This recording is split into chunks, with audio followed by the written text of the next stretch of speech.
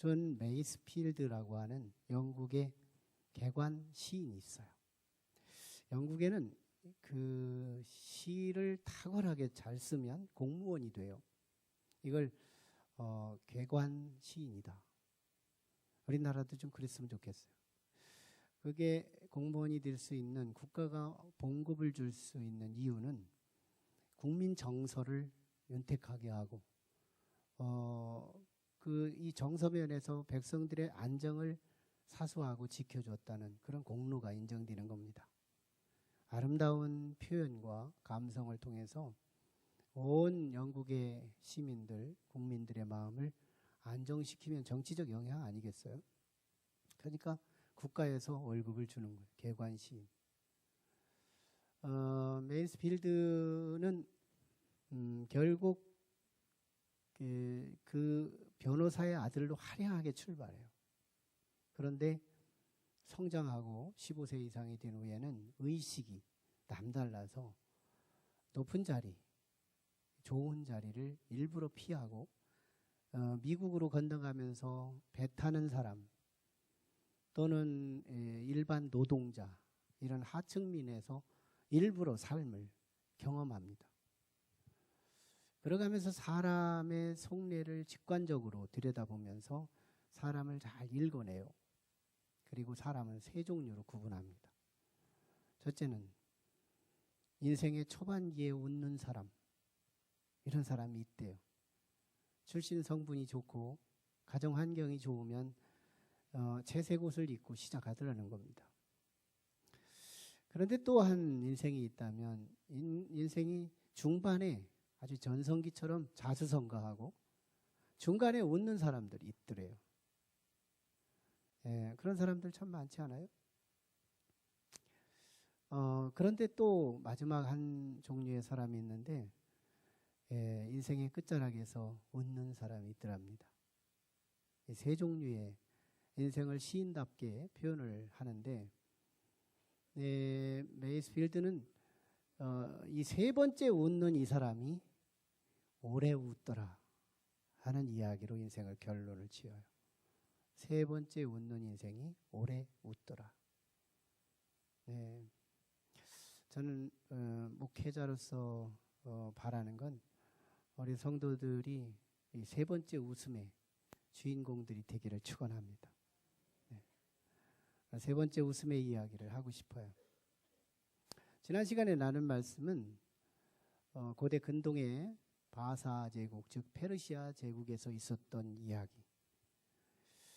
그 나라의 여러 나라들이 포로로 끌려가서 제국의 식민지 생활을 합니다. 아수에로 왕이 황제로 다스릴 때 유대인들도 포로로 끌려가서 그곳에서 생활을 하는데 유대인들을 특별히 미워했던 하만, 그리고 그의 페르시아 제국의 많은 국민들 미워했어요. 그래서 유대인들이 하루아침에 죽을 수밖에 없는 몰사 거사 사건이 일어나죠. 근데 모르드게가 기도하기 시작했고 하나님의 도움을 구하며 인간적인 최선을 다한 결과 반전이 됩니다. 자기를 죽이려고 공격해오는 페르시아 제국의 많은 국민들을 오히려 역습해서 7만 5천 명이나 그들의 생명이 무참히 죽게 되고 대신 재물은 뺏지 않음으로써 정당방위, 의인의 정당방위 전쟁을 보여주게 됩니다. 그리고 승리를 해요. 이 승리한 날을 그냥 지날 수 없다. 이건 하나님의 구원이니까. 그래서 모르드게는 온 백성 앞에 유대인 불임절을 선언합니다. 이건 기뻐해야 하는 잔치의 날이다. 기쁨을 찾아야 된다. 기쁨을 회복해야 한다. 우리 기쁨을 누려야 한다. 이런 얘기겠죠. 근데 그 기쁨을 혼자 누리면 안 된다는 거였고요. 그래서 가까운 지인들에게 선물 주면서 기쁨을 배달하고 어렵고 힘들어하는 이웃들을 향하여 구제하면서 기쁨을 배달하기를 원했어요. 그뿐인가요? 우리의 자손, 우리의 자식의 자식으로 흘러 이 기쁨은 계속해서 내려가야 한다. 나를 중심으로 기쁨의 샘이 되어 옆으로 퍼지고 아래로 흘러 계속해서 흘러가기를 하나님은 원하셔서 모르드게를 통하여 불임절을 선포했던 거죠. 기쁨의 문제. 하나님이 나를 구원하셨다는 믿음의 정도가 나의 기쁨의 정도를 내 안에 함께하게 할 것입니다. 오늘 말씀은 참 간결한 말씀인데요. 아하스웨로 왕이 이제 얼마나 그 본토와 주변의 섬 국가들 많은 나라를 지배하게 됐는데 이걸 어떻게 운영할까? 운영의 체계를 갖추면서 세금 제도를 개편하고 현실적으로 세금을 받아들일 수 있도록 제국 운영을 세팅했다 하는 말씀으로 1절이 전개돼요. 그리고 이것은 역사에 기록이 된 자료인데 하나의 소설로 기록된 말씀이 아니라 역사의 실록에 기록된 팩트에 근거한 이야기이다 하는 것으로 2절을 말씀하고 3절은 아하스웨로 왕의 그 엄청난 제국에서 아하스웨로 왕의 다음 가는 사람으로 모르드게를 자리를 위치해 줬다. 그는 소수민족이었고 그는 포로민이었고 그는 하루 한 날 장대 끝에 매달려 죽어야 할 운명에 처했던 모르드게가 참으로 그 끝자락에서 놀라운 영광의 반전과 왕 다음 가는 자리 수상이 됐다는 말이거든요. 그래서 온 백성들을 안위하고 그들을 이익을 도모하고 백성들의 존경을 받고 그리고 그들의 사랑을 입었다라고 하는 이 영광과 최후의 승리의 기사가 아주 간결하리만큼 짧지만 굵직하게 우리에게 전하는 말씀입니다. 이 말씀에서 우리가 다시 우리가 붙잡아야 할 그 진리는 이 모르드게의 최후 승리와 영광 이게 과연 우리와 무슨 상관이 있냐는 거예요. 여기서 우리는 모르드게가 누구냐 하는 부분입니다.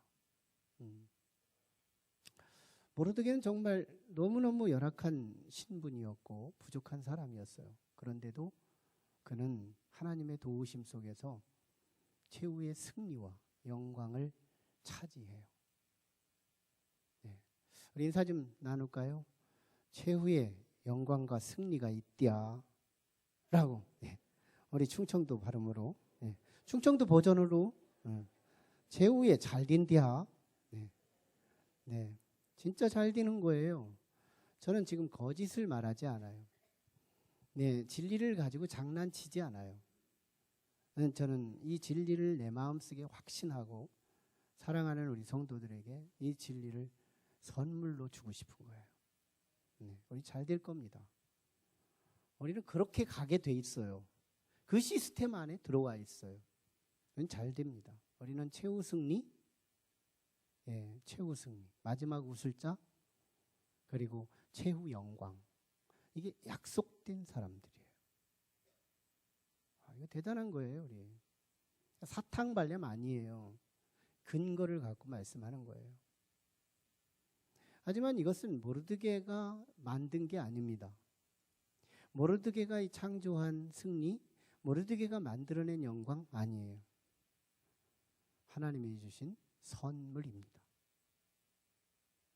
모르드게가 한 일이 뭐예요? 하나님 의지하고 하나님 붙들고 필요하면 기도하고 하나님을 붙들고만 있었던 거예요. 제국의 어려운 상황 속에서 하나님만이 희망이라고 붙들고 살았던 모르드게.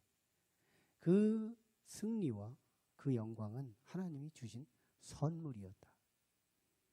우리가 이룰 영광 아니에요. 우리가 만들어내는 영광 아닙니다. 우리가 정말 쟁취해서 싸워서 승리할 우리의 승리의 대상 아니에요.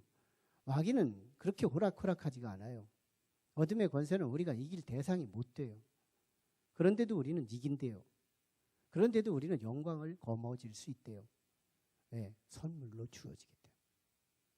고린도전서 15장 57절 58절 말씀에 보면 우리 주 예수 그리스도로 말미암아 우리에게 승리를 주시는 하나님께 감사하노니 이렇게 말씀해요.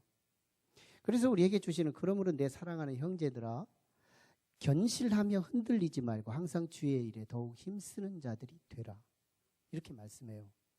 흔들리는 사람들이 있는 가운데 주신 말씀인 거예요. 예수 믿는 게 참 흔들리는 거예요. 우리가 조금만 어려워지고 상황이 안 좋으면 가장 먼저 버리기 쉬운 게 뭔지 알아요? 예수부터 버립니다. 우리가 그렇게 약해요. 참 우리의 연약함이 도미노 신앙밖에 안 돼요. 다른 사람 넘어질 때 나도 넘어지는 거예요. 우리 중직 중에 한 분이 한 주간을 빠졌더니요. 사람들이 여기저기서 전화가 오더래요. 도미노를 걱정하는 거예요. 어느 한 날 보니까 기라성 같은 성도가 사라졌거든요. 그래서 나도 넘어지고 싶은데 나보다 먼저 넘어진 사람을 보면서 나도 다음 주 넘어질까? 이러고 준비하면서 걱정하는 거예요. 무슨 신앙이에요? 우리의 연약함. 도미노 신앙인 거예요. 도미노 앞에 거 하나만 넘어뜨리면 연쇄적으로 뒤에 그 확산적으로 뒤에까지 쫙 넘어지는 이 신앙. 이 신앙 가지고 우리가 하나님 나라의 승리와 그 영광을 차지할 자 있을까요? 아니에요. 내가 바위가 될 수 있고 내가 말뚝이 될 수 있고 다 넘어져도 다 안 믿어도 나와 내 집은 여호와만 섬기겠다고 하는 여호수아 같은 그런 뚝심 있는 믿음은 과연 있냐는 거예요. 저 사람 때문에 내가 예수 믿고 옆에 사람 때문에 내가 예수 믿는 이 도미노 신앙 가지고 그 영광과 승리를 누가 경험할 수 있겠어요? 아니에요. 다 넘어져도 나는 내가 하나님을 붙들고 나와 내 집은 여호와만 섬기겠다는 여호수아 같은 말뚝 신앙이 있을 때 우리는 이 모르드게 같은 믿음, 에스더 같은 이 믿음이 있을 때 우리는 최후의 승리와 영광을 경험하고 그 주인공이 될 수 있다는 거예요. 네. 아멘이죠? 문제는 이 모르드게가 우리에게 어떤 영향을 끼치느냐, 모르드게가 과연 누구냐 하는 부분이에요. 모르드게가 과연 우리가 어떻게 매칭해야 할 인물이냐는 거예요. 가끔씩 보면 이 모르드게를 연결을 할 때 예수님에게 연결시켜요. 왜? 모르드게의 이 영향력이 너무 지대하니까 백성들을 안위하고 백성들의 이익을 도모하고 이러면서 있는 존경을 받고 하니까 이 메시아 그리스도로 비유해서 연결을 시켜요. 그러면 이게 이 모르드게 인물이 우리에게 미치는 그 영향이 그렇게 붙잡을 게 없는 거예요. 그리고 혼란스러워요. 두 가지 이유 때문입니다. 하나는 신분이에요. 모르드게의 신분, 모르드게를 그리스도로 비유하면 우리가 잡을 게 아니고 이거는 우리가 바라보고 기도할 대상밖에 안 되는데 그렇게 되면 우리가 붙잡을 진리가 없어져요. 모르드게는 신분이 철저한 인간입니다. 오늘 우리와 다르지 않은 우리와 같은 동일 본질의 사람이라 그 말이에요. 모르드게는 신분이 그러니까요. 그는요 소수민족의 사람이었어요. 제국이 찬란히 빛나는 시대에 소수민족은 무시당하는 신분 맞습니다. 동시에 그는 포로로 끌려왔어요. 근데 이 포로로 끌려온 역사적 배경은 하나님께 죄를 지은 대가예요. 사람한테 죄를 덮어 쓰여져 가지고 끌려온 억울한 문제가 아니었어요. 자기 죄 때문에 끌려온 문제였어요. 사람에게 죄를 지은 상대적인 죄도 아니고 하나님께 죄를 지은 죄값 때문에 타국만리로 끌려오게 된 상황입니다. 모르드게는 죄인이었어요. 그뿐인가요? 모르드게는 자신의 직장 상사였던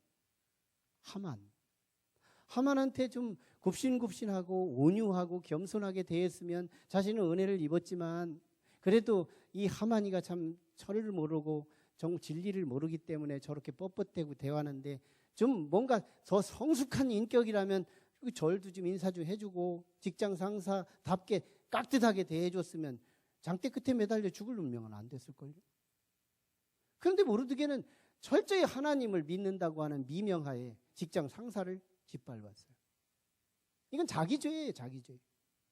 직장 생활을 못한 거예요. 직장 상사 깍듯하게 인정해주고 부드럽고 온유하게 당신은 직장 상사입니다. 당신은 내 생명입니다. 하고 섬기고 부드럽게 대했으면 그럴 일이 왜 벌어져요? 분명히 죄인이거든. 그런데 거기서 끝난 거 아니에요. 모르드게의 이 죄가 히브리 백성이라는 게 폭로가 되면서 유대인이라는 게 폭로되면서 이참에 하만은 이 모르드게 하나만 죽일 것이 아니라 유대인 다 죽여버리자 하는 문제가 먼저예요. 이건 아담의 죄가 인류에게로 퍼진 사망의 문제예요. 이건 대표적인 인류의 대표가 아담인 것처럼 모르드게는 유대인을 대표해서 나온 대표 단수의 인물이었던 거예요. 성경은 이 대표성의 원리의 이미지로 문학적인 편집을 잘 이룬 것이 그래서 베스트셀러가 되고 어느 시대나 잘 팔리는 책 중에 하나가 성경인데요. 이 대표성의 원리의 문학, 참 한 사람을 스포트라이트를 쫙 비춰서 모든 인류를 초청하는 이 문학적인 효과, 이게 성경이거든요. 그 대표적인 책이 뭐냐면 요나서입니다. 요나는 선지자이면서 하나님의 메시지, 즉 하나님께서 이방인들을 구원시키라고 이스라엘을 택하셨는데 그래서 니느웨로 가서 복음을 전하라고 했더니 그는 하나님의 말씀을 반대로 해서 다시스로 도망가다가 풍랑 만나서 물고기 뱃속에 들어갔다 다시 나오므로 제2의 사명을 감당하게 됩니다. 여기서 뭘 하나님이 말씀하려고 하느냐면 일개 요나 한 사람의 이 잘못된 생각을 지적해서 뜯어고치려고 한 말씀이 아니고 유대인은 모든 유대인들의 생각을 요나를 통하여 상징적으로 담고 유대인들이 다 이런 생각을 가지고 선민의식을 남용하고 있다는 걸 폭로하는 사건이었던 거예요. 요나서는. 그래서 요나는 유대인의 대표적인 단수, 한 사람을 통하여 유대민족의 모순을 고발하는 기사가 요나서의 목적인 거예요. 마찬가지로 이 모르드게의 이 인물은 바로 인류의 대표인, 유대인의 대표인, 대표 단수의 성도의 한 사람인 거예요. 그도 그럴 것이 한 사람의 이야기를 통해 모든 사람의 보편성을 끌어당기는 이 진리, 여기에 오늘 우리를 초청하고 있다는 겁니다. 또 하나는 이 모르드게의 역할이에요. 역할을 통해서 모르드게는 바로 성도지 그리스도가 아니라는 겁니다. 모르드게의 역할이 뭐냐면 자기의 죽음 문제, 자기가 만든 거였어요. 그리고 백성의 죽음의 문제, 자기로 인한 거였어요. 그래서 이 문제, 죽고 사는 이 문제를 가지고 누구에게 가느냐면 에스더한테 갑니다. 에스더가 누군데요? 왕의 사랑을 끌어당기는 사람. 신약으로는 아버지와 아들 관계의 사랑을 들끓게 만들었고 구약에서는 정말 아하스웨로 왕과 그의 아내였던 에스더 사이에 부부의 사랑으로 끈끈한 관계를 소개하는 거예요. 하나님의 사랑의 관계 속에서 자신의 문제를 에스더에게 가지고 간 것은 오늘 우리의 문제를 그리스도에게 가지고 가서 그리스도가 누군데요? 에스더가 누군데요? 왕의 사랑을 독차지하는 사람, 하나님의 사랑을 독차지하는 사람이 그리스도인 거예요. 왕의 사랑을 독차지한 게 에스더였던 거예요. 왕의 사랑이 독차지할 수 있는 사람한테 내 문제를 갖고 가야 그 왕을 움직일 수 있기에. 그래서 모르드게는 에스더에게 갔던 겁니다. 이것은 성도의 기도를 말하는 거예요. 성서의 해석 방법은 알레고리컬한 인터프리테이션, 이 알레고리적인 해석 방법이 있어요. 대부분의 이단들이 이 선택을 합니다.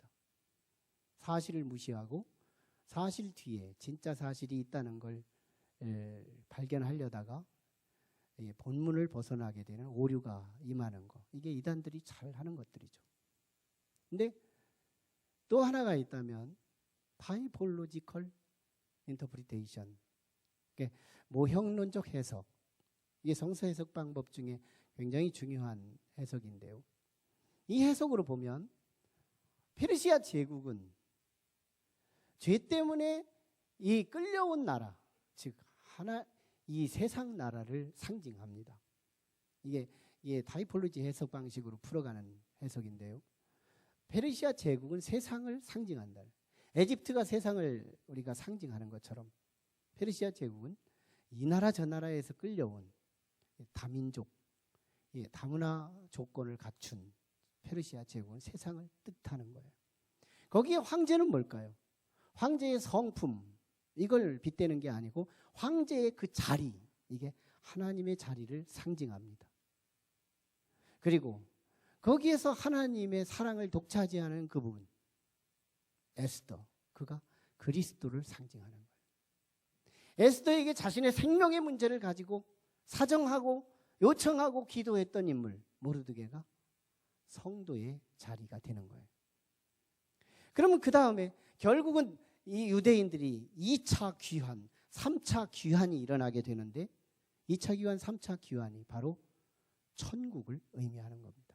예루살렘이 하나님이 계신 성전이고 영적인 예루살렘은 우리가 장차 본향으로 가는 천국을 의미하는 거거든요. 이게 모형론적 해석에서 이 빗대주는 문학적 비유예요. 비유. 이렇게 봐도 이 모르드게는 성도라는 겁니다. 이 모르드게의 최후 승리와 영광, 이것이 우리에게 미치는 영향은 두 가지가 있는 거예요. 하나는 이 모르드게의 승리와 그 영광이 오늘 우리가 취할 미래의 청사진이라는 겁니다. 이 모르드게 이 영광의 이 10장에 나타난 이 말씀을 통해서 우리가 장차 안 보이잖아요 지금. 성경은 이미 우리에게 창문을 열어놓고 있다는 거예요. 이게 계시의 창이에요. 이 계시의 창을 열어놓고 저 먼 미래에 너무 시간과 공간이 멀어서 보이지 않는 우리를 도와주고 있는 거예요. 창문이 있으면 안에서 밖을 볼 수 있고 밖에서 안을 들여다볼 수 있는 것처럼 우리의 영적인 계시의 미래에 우리가 도달해야 할 그 영광과 그 승리를 내다볼 수 있는 영적인 창이 오늘 이 에스더서의 10장에 보여주고 있는 거예요. 모르드게의 이 승리와 이 영광이 곧 내 것이 된다는 겁니다. 우리의 것이 된다는 거예요. 우리는 이 정도로 생각을 못하고요. 그저 예수 믿으면 죽으면 천국까지, 천국 문이 열리면 끝나는 거지, 이렇게만 생각해요. 우리의 청사진이 정말 우리가 쉽게 생각하고 간과할 수 있는 예수 믿으면 천국 간다는 이 식상한 개념 아니에요. 하나님께서 우리를 위해서 준비해 놓으신 최후의 승리와 그 영광은 우리가 입이 벌어지고 담을 수 없을 만한 어마어마한 영광과 그 승리를 우리에게 주시는 거예요. 성경은 이걸 약속하고 있는 겁니다. 예수 믿는 것이 이게 부분적이고 조건적인 것이냐 이거예요. 아니에요. 이 진리를 알면 예수 믿는 건 인생의 본질이고 척추이고 가장 강령이고 이 중심에 있다는 사실. 예수 믿는 것보다 더 승산이 없고 예수 믿는 것이 인생의 목적이고 예수 믿는 이것을 상실하면 우리는 다 잃을 수 있다는 거예요. 예수 믿는다는 건 이게 너무너무 소중한 일인 거예요. 우리가 생각하고 있는 그 정도의 이미지 아니에요. 천국 들어가면 끝나는 그런 정도가 아니에요. 천국을 소개하는 이 바울 사도의 입장에서 보면 1,000층, 2,000층, 3,000층으로 구분하며 자신은 3,000층을 갔다 왔다고 말하는 데는 여기는 순교자들이 가는 곳입니다. 어마어마한 영광이죠. 누가복음 19장에 보면 예수님께서 문화 비유를 통해서 10문화를 세 종에게 나눠주고 갑니다. 그런데 한 종은 이것을 한 문화를 받아서 10문화를 남기고 하나는 5문화를 남기고 하나는 하나 가지고 하나만 갖다가 주인에게 내놔요. 그랬을 때 10문화를 남긴 그들에게 예수님께서 말씀하시는 게 뭐냐면 너는 작은 일에 충성했으니 10고을 권세를 가져라. 권세, 정치하라는 거예요. 10고을 권세. 이게 뭐예요? 통치하라는 거거든요. 다스리라는 거예요. 원님이 고을의 장이잖아요. 고을의 장. 이게 옛날 방식의 표현이지만 지금으로 말하면 광역시장일 수 있고 나름대로 어느 한 영역의 장이 된다는 것을 말하거든요. 이걸 로마 시대의 제국의 시스템으로 보면 분봉왕입니다. 왕이에요. 왕. 이런 왕의 자리를 우리에게 약속하고 있는 거예요. 왕의 자리. 이건 왕은 승리뿐만 아니라 그 영광까지 함께 거머쥘 수 있는 놀라운 주인공의 신분이죠. 왕. 이 왕인 거예요. 이 성경에 보면 예수님께서 비유로 말씀하신 것을 넘어서서 바울 서신 그리고 요한 계시록까지 보면 8군데나 우리는 그리스도와 함께 왕노릇한다는 말씀이 즐비하게 써 있어요. 8번을 기록했는데요. 이게 있을까 말까 한 진리를 말한 걸까요? 8번을 우리가 그리스도와 함께 왕노릇한다는 거. 그리스도는 누군데요? 만왕의 왕, 제국의 황제, 이런 것이거든요. 로마의 제국 시스템에서 나온 말씀입니다. 그러면 그 각 나라마다 분봉왕을 세워서 그 제국을 운영하는 것인데, 천국이 바로 그런 나라래요. 그래서 우리 그리스도인들의 약속된 것은, 성경에 8번씩이나 약속된 것은, 우리는 왕 같은 제사장이고 예수님 그 밑에서 분봉왕 노릇을 하는 것이 그리스도인의 마지막 청사진, 이게 우리가 가야 할 곳인 거예요. 우리는 그런 존재예요. 인사하실까요? 왕딘디야. 나눠보세요. 좀 같이. 우리는 왕 되는 신분이라니까요. 믿어야 되는 거예요. 믿어서 손해볼 게 뭐가 있어요?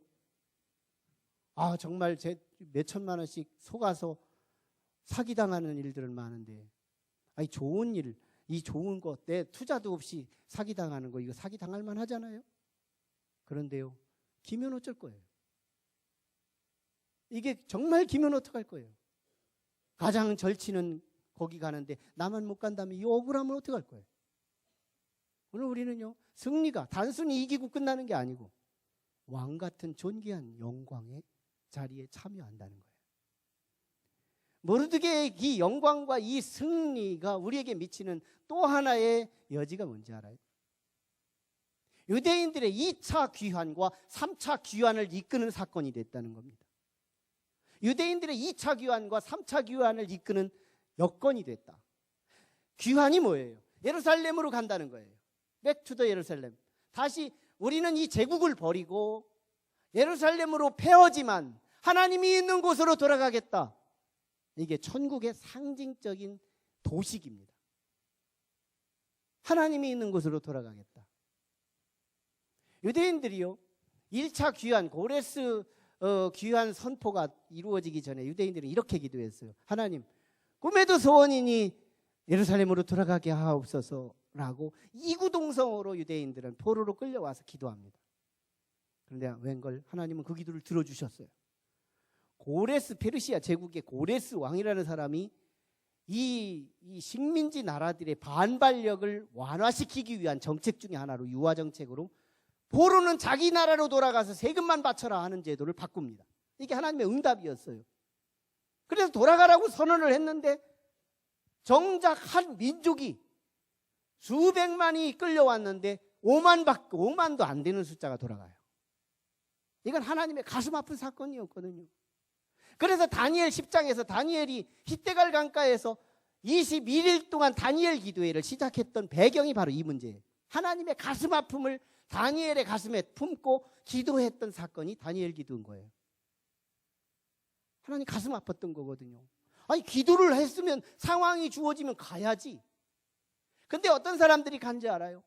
제국 생활에 실패한 사람들. 이 사람들이 하나님 품으로 돌아간 거예요.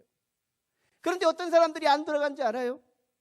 이 제국에서 70년을 머무는 동안에 부동산 사놨죠. 동산이 쌓였죠. 자식들을 낳아놨죠. 그리고 이 제국이 우리의 가정을 보호하고 제국이 지켜주는 이 든든한 이 땅을 왜 벗어나? 머리 꽤나 돌아가는 사람들, 재정 꽤나 있는 사람들, 유력한 사람들은 1차 귀환에 돌아가지 않았다는 거예요. 이때 하나님은요, 인간의 연약함을 아시고 준비하신 하나님의 준비, 이게 환난이었습니다. 이 섭리와 그 뜻을 알면 우리에게 주어지는 크고 작은 환난은 하나님의 선물인 거예요. 자, 보세요. 유대인들은 페르시아 제국에서 2번 환난을 당해요. 이건 죽고 사는 문제입니다. 첫 번째가 우리가 지금 주일마다 나눴던 하만의 간계에 의해서 이루어지는 유대인의 학살 사건 도모였어요. 이것 때문에 죽다 살았죠. 12개월 동안 죽다 살았죠. 이 콩닥거리는 12개월, 1년이 1000년 같았을걸요. 제국에서 눌러 살겠다고, 여기가 천국이라고, 여기가 살만한 곳이라고, 예루살렘은 무너졌고 우리의 장막들은 폐허가 돼서 먼지투성이인 그곳에 왜 가서 우리가 억울하게 거기서 인생을 허비하느냐는 거예요. 여기가 살만한데. 그래서 그들은요, 안 돌아가고 있었어요. 그런데 하만 사건을 경험하면서요, 여기가 우리 천국 아니네? 이걸 깨닫는 거예요. 그런데요, 나중에 아하스웨로 왕이 유대인을 보호하면서 유대인들이 편안하게 살게 되면서 구원이라는 걸 경험합니다. 구원은 영광이요 구원은 승리라는 이 두 포지션을 그들의 한 몸으로 경험하는 거예요. 하나님은 자기 백성들을 구원하시는데 구원이 단순히 천국에 들어가는 구원이 아니라 우리를 승리하게 하고 우리를 영화롭게 하는 이 어마어마한 영광의 자리로 이끄는 구원이구나 하는 걸 깨달아요. 그렇게 된대요. 돌아갈 생각을 안 합니다. 그러자 2차 환난을 하나님이 준비하시는데요. 이 아하스웨로 왕이 이게 단무지잖아요. 단순하고 무식하고 지랄 같은 성질이어서 생각하는 것마다 판단이 너무 가벼워요. 한 번 잘못하면 와스디 같은 이 왕후를 폐위시키는. 그러다 보니까 그의 가족들의 상처를 주고 그러면서 원수를 삼게 되면서 저 중간에도 이 왕을 암살하는 세력이 나타났잖아요. 그때 모르드게가 발각해가지고 왕을 살린 적도 있었잖아요. 근데요, 그때만 있었던 게 아니고 결국은 이 아하스웨로 왕은 암살당해서 죽어요. 어느 한날 순식간에 죽습니다. 그러자 그의 아들 와스디 왕후가 폐위됐던 그 아들이었던 아닥사스다 왕이 그 왕위를 잇습니다. 그때부터 모르드게는 자리에서 내려왔고 아닥사스다 왕은 자기 아버지의 원수를 숙청하는 과정에서 그리고 식민 통치를 하는 과정에서 그 나라들의 크고 작은 문제를 잠식하는 과정에서 유대인들을 돌보는 걸 등지게 돼요. 그때요, 페르시아 제국이 7만 5천 명의 생명을 잃어버렸던 가족들이 일어나서 정치의 보호를 받지 못하는 유대인들을 학살하기 시작하는데요. 유대인들은 또 죽음의 문제 앞에 도래합니다. 이 두 번의 엄청난 시련을 경험하면서 그들은 예루살렘으로 돌아가기로 결정하고 아닥사스다 왕이 이 2차 귀환의 지도자와 함께 에스라와 마지막에 느헤미야를 통하여 다음 주부터 에스라 7장으로 시작되고 그 다음에 느헤미야를 보게 될 텐데 2차 귀환과 3차 귀환의 주역으로 결단을 하게 됩니다. 그런데도요, 아직도 먹고 사는 사람들은 안 갑니다. 삶의 환난을 가진 사람들이 우리가 사는 길은 예루살렘으로 가는 길밖에 없다 하고 돌아가게 돼요. 이건 그들의 구원을 이루는 조건과 하나님의 초대였다는 겁니다. 저는 인생의 그래프 하나를 소개하고 싶어요. 인생의 그래프는 태양이 뜨고 지는 포물선 운동과 흡사합니다. 우리가 핏덩어리로 심장 하나 박동하면서 이 땅에 태어날 때는 30cm밖에 안 돼요. 너무너무 작은 몸뚱이에다가 심장만 뛰고 옵니다. 그 인물 가지고 잘생겼다고 말하는 사람들은 비약이고 사실이 아닌 거예요. 그런데요, 생명 하나로 왔다는 이유로 우리에게 은혜가 붙어들인 게 얼마나 은혜가 신묘막측하게 붙어다니는지 몰라요. 생명 하나로 왔다는 이유 하나로 내게 은혜가 붙어지는데요. 고급 인력 엄마가 붙어줍니다. 근육 인력 아빠가 붙어줍니다. 온 가족들이 이 아이를 중심으로 웃음꽃을 피웁니다. 오줌을 싸도 괜찮고 똥을 싸도 괜찮고 그래도 오줌 쌌다고 웃고 똥 쌌다고 웃고 넘어져도 넘어졌다고 웃고 그러면서 수발을 들어주는데 웬 은혜예요? 수지 맞는 인생이에요. 기저귀도 채워주고 옷도 입혀주고 필요하면 장난감도 사주고 친구들을 만나게 하고 과자도 사주고 모른다고 지식을 가르치다가 부모의 한계가 임하면 전문적인 지식을 가진 선생님에게 붙여서 고급 인력을 붙여 은혜를 지식으로 공급합니다. 그뿐인가요? 친구가 생기고 이성의 친구가 생기고 가정이 생겨나고 사업을 하게 되고 직장에 다니면서 인생의 전성기를 이루는데 나만 먹고 사는 게 아니라 남들도 먹여 살릴 만한 영향력까지 은혜가 치고 올라가요. 하루를 지나는 태양이 정오에 정수리를 비추듯이 우리 인생의 은혜가 차올라 정수리를 비추는 은혜의 전성기가 따릅니다. 중간중간에 시련도 있고 감기도 있고 아픔도 있고 수술 사건도 있지만 차오르는 이 은혜 앞에 모든 고난은 삼킴을 당하게 돼요. 인생은 이 세상에서 영원히 살고 싶은 욕구가 생깁니다. 안 가고 싶어요. 어쩌다 암이 들어오면 왜 나한테 이런 시련이 왔느냐고 원망하며 충격을 입습니다. 왜? 은혜가 살만한 경험이 있기 때문에. 살만한 거예요. 그런데 놀랍게도 태양이 정점에서 기울어져 내려가 서산으로 넘어가는 것처럼 우리 인생의 후반기는 꺾이기 시작합니다. 빠르면 50대부터, 중간이면 60대부터, 모든 사람은 70대는 다 꺾이면서 80대로 넘어가면서 우리는 조금씩 떨어져 나가기 시작하는데요. 약속한 것 같아요. 물질이 떠나가니 사람도 떠나가고, 사람들이 떠나가니 가족밖에 남지 않아요. 가족들이라고 하지만 불효자식들부터 먼저 떨어져 나가고 약속한 것 같아요. 효자들이 끝까지 남을 줄 알았더니 효자들도 장병에 효자 없다고 부모님을 배신하고 떠납니다. 배우자 하나 남았지만 역시 배우자만이 인생의 결론이야 하고 있을 때 내가 먼저 죽든지 그가 먼저 죽든지 죽어서 떠나든지 황혼 이혼을 통하여 떠나든지 배우자도 떠나고 말더라는 거예요. 마지막 의지할 거, 옛날에는 지팡이여서 지팡이 붙잡고 오늘날에는 유모차 붙들고 삽니다. 그게 인생의 결론이래요. 그런데요, 유모차도 지팡이도 근력이 있을 때라는 거예요. 그거조차도 짚을 근력이 사라질 때에는 유모차도 지팡이도 소용없는 때가 오더래요. 요양원으로 가야 합니다. 1년 아프고 2년 지나고 5년 지나고 10년째 되면 가족들도 갔으면 좋겠는 거예요. 갔으면 좋겠어요. 어떤 미명으로 천국은 좋다는데 아픔이 없는 곳이라는데 차라리 아픔이 있는 이곳을 떠나서 갔으면 좋겠다고 하지만 사시고 따지고 보면 내가 편하고 싶은 거예요. 몰아내는 분위기입니다. 쫓겨나는 분위기예요. 약속 같은 거예요. 도대체 내가 뭘 위해 사는 거예요?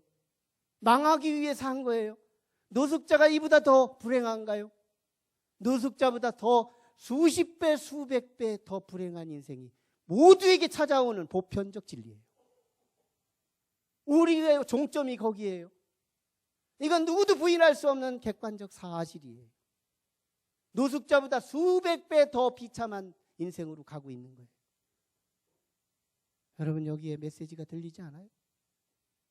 과연 우리가 이 인생으로서 여기서 끝난다면 마지막 비참하면서 가족들도 나버리고 지구가 나를 몰아내는 이 분위기 속에서 나는 마지막 슬픔을 폭로하며 내가 왜 여기까지 살았지? 속상한 사람들이 떠오릅니다. 왜 엄마는 나를 낳아주었나? 부모님이 가장 속상하고 정말 내가 왜 이 세상에 왔는가? 오게 한 무언가의 원인에 원망이 되고 인생이 이런 건가? 근데 내가 어디로 가지? 초대장이 없는데 어디서 손가부르는 손가부름이 안 보이는데 혼미한 정신과 이 노년의 정말 혼미한 장병 속에서 정신까지 혼돈해진 우리의 이 마음 가지고 어딘가에서 손짓하는 그 손짓이 보이느냐는 거예요. 마지막 근력이라도 남아야 지팡이라도 잡고 유모차라도 끌고 다닐 수 있는 건데 마지막 혼미한 상태에서 하나님의 거룩한 손짓과 우리를 초청하는 그 초대장이 과연 우리에게 보이느냐는 거예요. 갈 곳은 딱히 없고 사람들은 나를 몰아내고 지구는 약속한 듯이 나를 몰아내는 노숙자보다 더 수백 배 비참한 인생으로 치닫고 있는 우리의 인생. 망해도 이런 망함이 없고 이런 비극이 없는 거예요. 정말 우리가 이렇게 살고 있습니다. 이 현실을 직시하지 않으면 이 포물선 운동에 우리는 지금 중간에 서 있거나 끝자락에 서 있거나 지금 우리는 신중한 자리에 놓인 거예요. 과연 이렇게 알고 가는 과정에서 우리는 끝까지 이렇게 갈 거냐는 거예요. 저는요, 생명 하나로 여기까지 왔더니 은혜가 부탁드렸던 놀라운 비밀 하나를 다시 붙잡는 거예요. 우리는 엄마 뱃속에서 태어난 이 생명 가지고는 하나님의 환난의 그 시련을 통과할 수 없기에 비행기를 타야 해외에도 갈 수 있고 우주선을 타고 먼 지구를 벗어날 수 있는 것처럼 예수 그리스도를 타고 우리는 그리스도의 생명이 나를 생명싸개처럼 보호하고 있는 그 생명을 타고 하나님 나라로 입성하게 될 때 천국은 열릴 뿐만 아니라 정금 바닥이 바닥을 깔아주고 천사들이 앞뒤에서 호위하고 나를 위해 면류관을 빚었던 걸 위해 쓰여주며 정말 눈물이 없고 슬픔이 없고 아픔이 없고 고통이 없는 영원한 1천층, 2천층 혹은 3천층에서 그리스도와 함께 영원히 왕노릇하는 그 영광의 그 자리가 오늘 우리에게 지금 선포되고 있다는 사실입니다. 믿을 수 있기를 축원합니다. 이건 믿어야 하는 거예요. 이건 믿어서 손해볼 것이 없어요. 이 진리는 우리에게 열려진 창이요 초대장이며 우리 인생에 가장 비참했던 그 시간에 가장 극적으로 뒤집어질 수 있는 반전의 순간이 죽음의 순간이에요.